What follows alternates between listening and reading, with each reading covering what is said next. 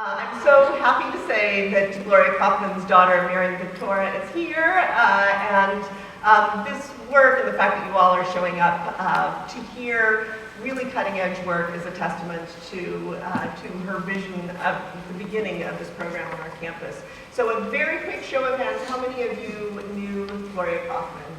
So keep your hands up. How many of you have taken women's and gender studies courses? How many of you are grads of our program? I'm so happy to see you. So I hope that afterwards you will, I'll make my remarks very brief so that afterwards we can talk more at the reception. We'll have a book signing opportunity, an opportunity to buy this book by Andrea Ritchie, which is filled with stories as well as data. It's filled with hard news as well as inspiration for how we can create change. I really appreciate that about the book and the resources for this book that are on the web. If you look up the book itself, and maybe Andrea will say a little bit more in the Q&A section about that. But I hope in the time afterwards you'll linger, talk to one another about the work that you're doing in the community, make this an opportunity to connect with one another. And I think I'm going to leave it at that and hope that I will catch up with you afterwards as well. So it is a great pleasure to introduce Kathy Borshik to the podium to do the specific introduction to our speaker. Kathy is a professor of psychology here on our campus, and many of you have had great classes with her. We were just, I know people are nodding like, yeah, she's awesome. And does a lot of this really important work. She's also responsible for Andrea Ritchie coming, because this was the name that floated to the surface as we began brainstorming about which change maker we would bring into the campus. Turned out to be you. Thank you. And so Kathy gets the privilege of introducing Andrea Ritchie, and then I'll show up briefly for the Q&A time at the end. So thank you so much for being here. I'll catch up with you afterwards. Everybody, hi y'all, students, friends, new friends that I just made today. So happy you're all here to hear tonight Andrea Ritchie talk. I'm very pleased to introduce her, Andrea J. Ritchie, legal activist, writer, organizer, and scholar, and also to introduce some of her work to you tonight. Andrea has spent decades documenting and challenging justice system abuse and discrimination against women and girls, the LGBTQ community, and people of color. She's most recently the author of the book that everybody keeps talking about, which I should be holding up, from 2017, Invisible No More. Oh, there we go. I am holding it up. Police Violence Against Black Women and Women of Color. She's also the co-author of Say Her Name, which you may have heard of as well, Resisting Police Brutality Against Black Women. She's worked at local and federal policy levels to promote resistance and change, especially in the area of police and state violence against queer people and against women of color. She's been a Justice Fellow at the Open Society Foundation and is currently a researcher in residence on race, gender, sexuality, and criminalization at Barnard College, working in their Social Justice Institute. In that position, she allies with activist scholars, advocates, and organizations across the country to challenge criminalization, police brutality, and mass incarceration. She has been tireless in her efforts to propose and implement solutions to what many have identified as the most serious civil rights issue of our day, namely the need for criminal justice reform in the United States. I got to know Ms. Ritchie's work through her 2017 book, which was in fact the first book-length piece to chronicle in vivid detail the profiling, policing, and criminalization of women of color. This book takes a strong intersectional approach, detailing the ways that various communities have organized for a very long time to resist police violence against women, against trans and gender non-conforming people, and people of color. It was through this book that I, as a psychologist, gained a deeper understanding of how over-policing and criminalization, not to mention justice system violence and brutality, can cause generational trauma in communities. The book's main focus is on the disparities in the ways the criminal justice system treats members of different communities and locates such disparities in systems of historical inequality, prejudice, stereotyping, and discrimination. Allow me just one for instance, if I may. Over the past couple of years, popular magazines and newspapers have been extolling, in their lifestyle sections no less, the virtues of regular pot smoking and microdosing of hallucinogens for white middle-class moms. No, really. It makes them better mothers. It relaxes them so they can play less anxiously with their children. Well, meanwhile, poor Black, Latina, and Indigenous women have faced an increasing likelihood of incarceration and family separation from their children into foster care for being found in possession of small amounts of drugs. This long-lasting war on drugs, Ritchie reminds us, has always been a war on women of color.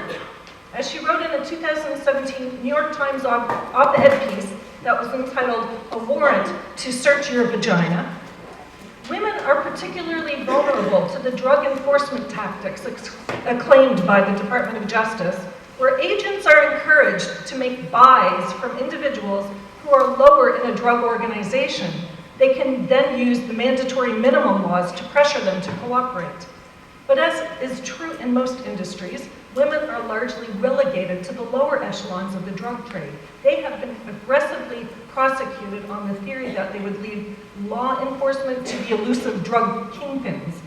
Yet because women often have little information to trade, these women are very often saddled with the sentences that are much longer than those of men higher up in the drug industry. In addition to her scholarship and activism, Andrea Ritchie is well known for her commentary, and you may be familiar with some of her work in national media. She continues to publish in outlets like The Root and Mother Jones, raising questions and offering solutions and interventions for social challenges such as the war on drugs, police sexual violence, immigration enforcement, prostitution, surveillance, and more. She's co-author of a couple of recent policy reports. One is on the increasing criminalization of Black women and gender nonconforming people, and another is on the intensifying immigration enforcement and the impact on immigrant communities. She continues to break ground in her research to identify, to interrogate, and disrupt the justice system practices that drive the current skyrocketing incarceration rates amongst these communities of people.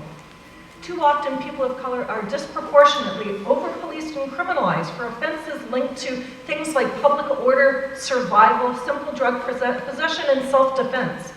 Too often, women of color and trans women are arrested and incarcerated for surviving violence at the hands of their intimate partners.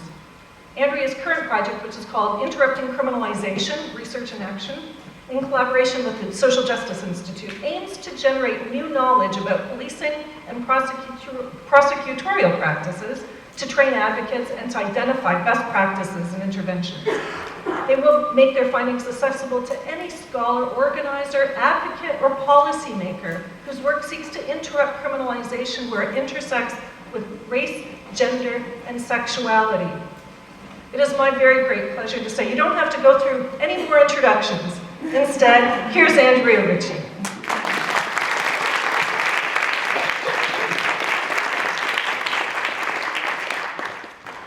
Good evening. Good evening. Good evening. Thank you. Thank you so much, Kathy, for such a wonderful introduction, and April for all the work you've done to make it possible for me to be here. It's really a tremendous honor to deliver the Gloria Kaufman Memorial Lecture. In addition, I would like to dedicate tonight's lecture to Lamikia Dockery. Am I saying her name correctly? Do anybody know her? I hope I am. I hope I'm honoring her memory. She's a Black mother of 5 who died a few hundred miles from here in a jail cell a few months ago. And I'll share more of her story later for those of you who don't already know it, but I wanted to lift up her name at the beginning of this lecture and give it in her honor. In the meantime, as you may know, it's Women's History Month. So tonight I will be focusing on little-known women's histories of violence perpetrated and condoned by the state in service of the colonization of this land and the genocide of its peoples, including the Potawatomi peoples who once inhabited this land, and whose absence by removal, not entirely, and I do appreciate the reminder that Potawatomi people are still present, resisting and surviving and thriving, but whose removal is what makes our presence here tonight possible. I also want to lift up the violence perpetrated in service of enslavement of African women and the continued subjugation of Black women and their families and communities, and the violence perpetrated to construct and enforce the borders of the U.S. nation state. I also want to recognize that there are many people who aren't able to be here tonight due to access issues around ableism, as well as the fact that they might be in a cage or they might have been removed through deportation. And I'll be sharing even less well-known histories tonight of women's resistance to state violence on our own behalf and on behalf of our communities, and asking us to really collectively consider what it would mean for these histories to indeed be invisible no more. Before I want to begin, I also want to recognize that there are many experts here in this audience, and I'm actually quite nervous to be speaking in front of so many experts in the issues that I'm talking about, and invite folks to really set me right when I go astray, and make sure that what I'm talking about is relevant and meaningful in terms of the experiences that folks have had here in South Bend. I also want to, before I start, give a healthy trigger warning. I am going to be talking about and showing photographs of physical and sexual violence, and sometimes repeating the words that police officers use to illustrate the dynamics at play. I am a Black woman, I am a lesbian, I am an immigrant, I am a survivor of state violence and interpersonal violence, and I'm mindful of the impact of some of the words or some of the things I'm describing coming from someone who looks like me. And I'm also mindful of of making things visible that have for so long been invisible, even though they take place in our plain sight, but not replicating images of Black death and violation in ways that contribute to dehumanization instead of interrupting it. I don't always get that balance right, and I really invite folks to give me feedback on how to better do it at the end of the presentation. But in the meantime, I do want to invite folks to take care of yourselves. Please feel free to step out at any point if you need to, or to breathe, to ground yourself, to drink water, and to take good care of yourself as we move through this. So with that, I'm going to start at the beginning. As these graphics that were created by the Native Youth Sexual Health Network, and they're used here with their consent, point out, Indigenous women have been direct targets of state violence since Columbus first landed on these shores, whether that was enacted by military forces, Bureau of Indian Affairs Police, or local law enforcement. And it's taken many forms, including land theft, enforced by military and police forces in ways that we all saw in Standing Rock in 2016, and continue to see as Indigenous women water protectors fight against pipelines across the country, and land protectors are brutalized in defense of their land, as well as the ongoing police violence, as well as complicity in violence perpetrated by other people against Indigenous women. Violence against Indigenous women has taken the form of massacres that have been replete with sexual violence and sexual symbolism, like the 1864 Sand Creek Massacre, during which over 100 women, children, and elderly people were killed and maimed by the Colorado Volunteers, who were a militia of the kind that is protected by the much-discussed Second Amendment. The massacre at Wounded Knee, during which 230 women and children were killed as part of the slaughter of over 300 surrendering Lakota people who had been starved off their land, remains the largest mass shooting in U.S. history. And so while all mass shootings are tragic and deserve our attention and mourning, often we erase this one as what remains the largest mass shooting in U.S. history. Many of us are familiar with the Trail of Tears, through which the Cherokee Nation was removed from northern Georgia to Oklahoma in the 1830s. What many of us are less familiar with is the amount of sexual violence that Indigenous women were routinely targeted for by the soldiers who were pushing them along the Trail of Tears. And many of us are also not as familiar with the resistance of many Indigenous women, like Nanyehi, who was a respected Cherokee warrior and healer, and Lozen, an Apache warrior who fought against colonizers alongside her brother in the battlefield, and was a leader in resistance to colonization. Ultimately, what were known as Indian wars were replaced by criminalization. Native people who were considered previously, quote-unquote, savages to be displaced, enslaved, or saved by missionaries were transformed by law into criminals for merely existing on this land. According to the War Department in the late 19th century, all Indigenous individuals and groups living outside designated federal reservations, which are essentially open-air prisons, were considered fomenters of disturbance and were targets of criminalization. And that happened in very specific ways. Native women particularly were either lifted up as sort of the Pocahontas, legendary indigenous or Indian princess, and if they didn't sort of fulfill that stereotype, then they were framed as a depraved squaw and punished in ways that were about essentially enforcing removal and destruction of the population. And most of us don't think about the role of police in this process, but in fact the criminalization of indigenous people was one of the motivating factors for starting police forces here in the Midwest. So for instance, the St. Louis police force was first formed with the goal of policing and regulating and protecting St. Louis from indigenous communities that had been displaced from the land. So most folks don't know that Indian police were among the first police forces in the country. And that the Bureau of Indian Affairs had its own police agency, and that those police officers ruled with an iron fist on reservations, and anyone who got on their nerves or ran afoul of their orders on a whim could lock someone away on minor or even trumped up charges forever. All they had to do was declare someone a troublemaker, and they would never be seen again in their community. Many of us know about the caste system that African descended folks were subjected to, and I'll talk more about that in a second, but many of us don't know that indigenous people also were subject to a caste system and could not be off reservations without one, and if they were, they would be punished and arrested. And that there were laws that specifically targeted vagrancy among Native people, and that any Indian found loitering or strolling about would be arrested and then hired out to the highest bidder. And that there was a court of Indian offenses, a special court for indigenous peoples that specifically had laws that were specific to indigenous people, and a lot of them focused on questions of immorality. So for instance, indigenous people had different kinds of relationships. Women might be in relationship with multiple men at a time or multiple men over their lifetime, and that was something that was punished as immoral, as adultery, as a crime by European courts, and that men who refused to cut their hair to comply with gender norms, that men are supposed to have short hair, would also be incarcerated. So it was about regulating sex and gender in indigenous communities and imposing those norms through the criminal legal system. Beginning in the 1870s, the US government also began mandating attendance at what were known as Indian residential schools, and that continued through the 1970s during my lifetime.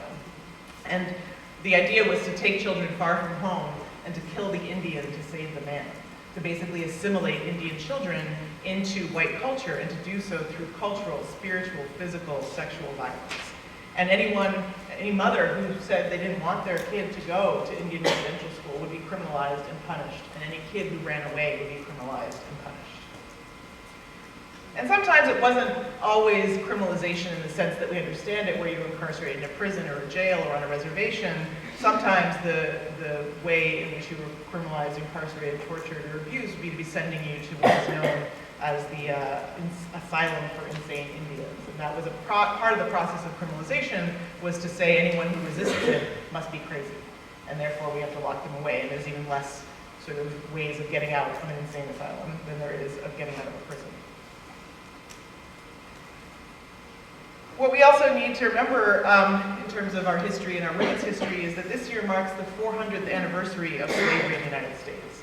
1619 was the first year that the first enslaved Africans, including one woman named Angela, were dragged in chains to Jamestown.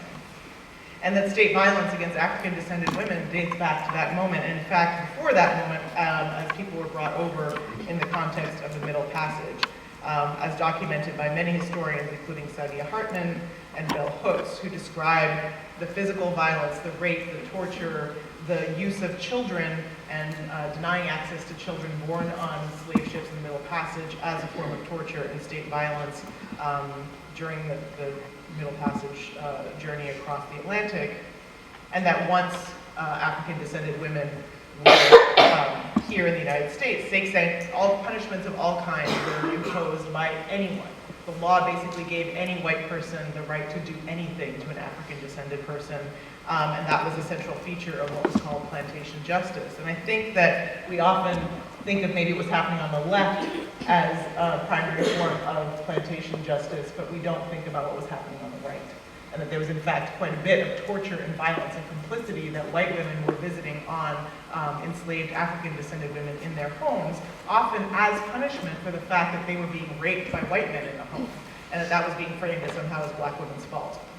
And that also black women during this time were being blamed and created this narrative around black women being bad mothers, and that was created around the fact that infant mortality was high because people weren't getting enough to eat. People were working from can't see in the morning till can't see at night. People were being tortured, giving birth in fields, and then the fact that their children might not survive under those conditions was being blamed on them, and they were being framed as bad mothers, or being framed as bad mothers to justify removing children and selling them away for profit.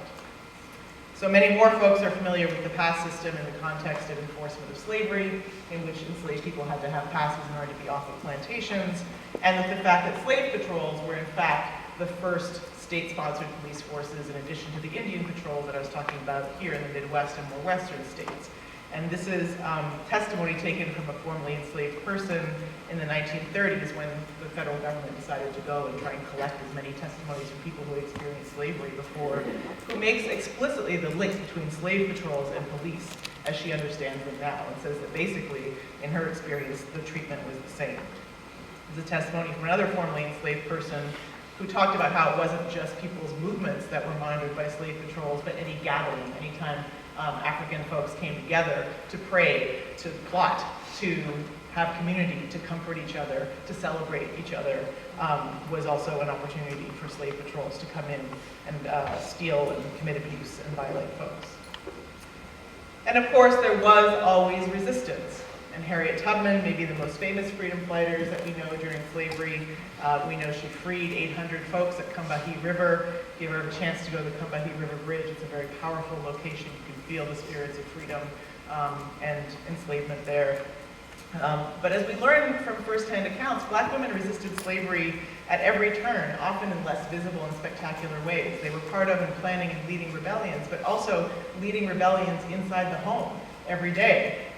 Slowing down work, maybe poisoning folks, maybe resisting in all kinds of ways, and that those truths and realities are informing ways that black women continue to be perceived to this day. We're all aware of the history of lynching and how, following the abolition of slavery, the function of slave patrols and regulating movements and gatherings and economic activities of formerly enslaved people continued in the form of lynch mobs. But we don't often talk about the fact that black women experience lynching alongside black men. And thankfully, Ida B. Wells was a central leader in the resistance to state violence and lynching, violence that she herself experienced when she was trying to resist the enforcement of segregation laws. And she made it clear that the reality that black women were being lynched was evidence to disrupt this narrative that actually lynching was about protecting white women from sexual violence by black men, and made it clear that lynching was about putting folks back into the economic relations of slavery through terror. And that it was important to the lynching of black women because their lives were important, but also because it laid that mythology bare. And often we hear that criminalization sort of happened at the turn of the century, immediately after the abolition of slavery, as a way of taking back control over the bodies and labor of black men. And while that's true, it was also about taking back control over the bodies and labor, the sexual labor, the domestic labor, the reproductive labor of black women. And these two books explain in great detail how, as black women left plantations, left servitude in white people's homes, white people were like, well, who's going to cook and take care of our kids? And then the plot was, then we'll arrest women, we'll incarcerate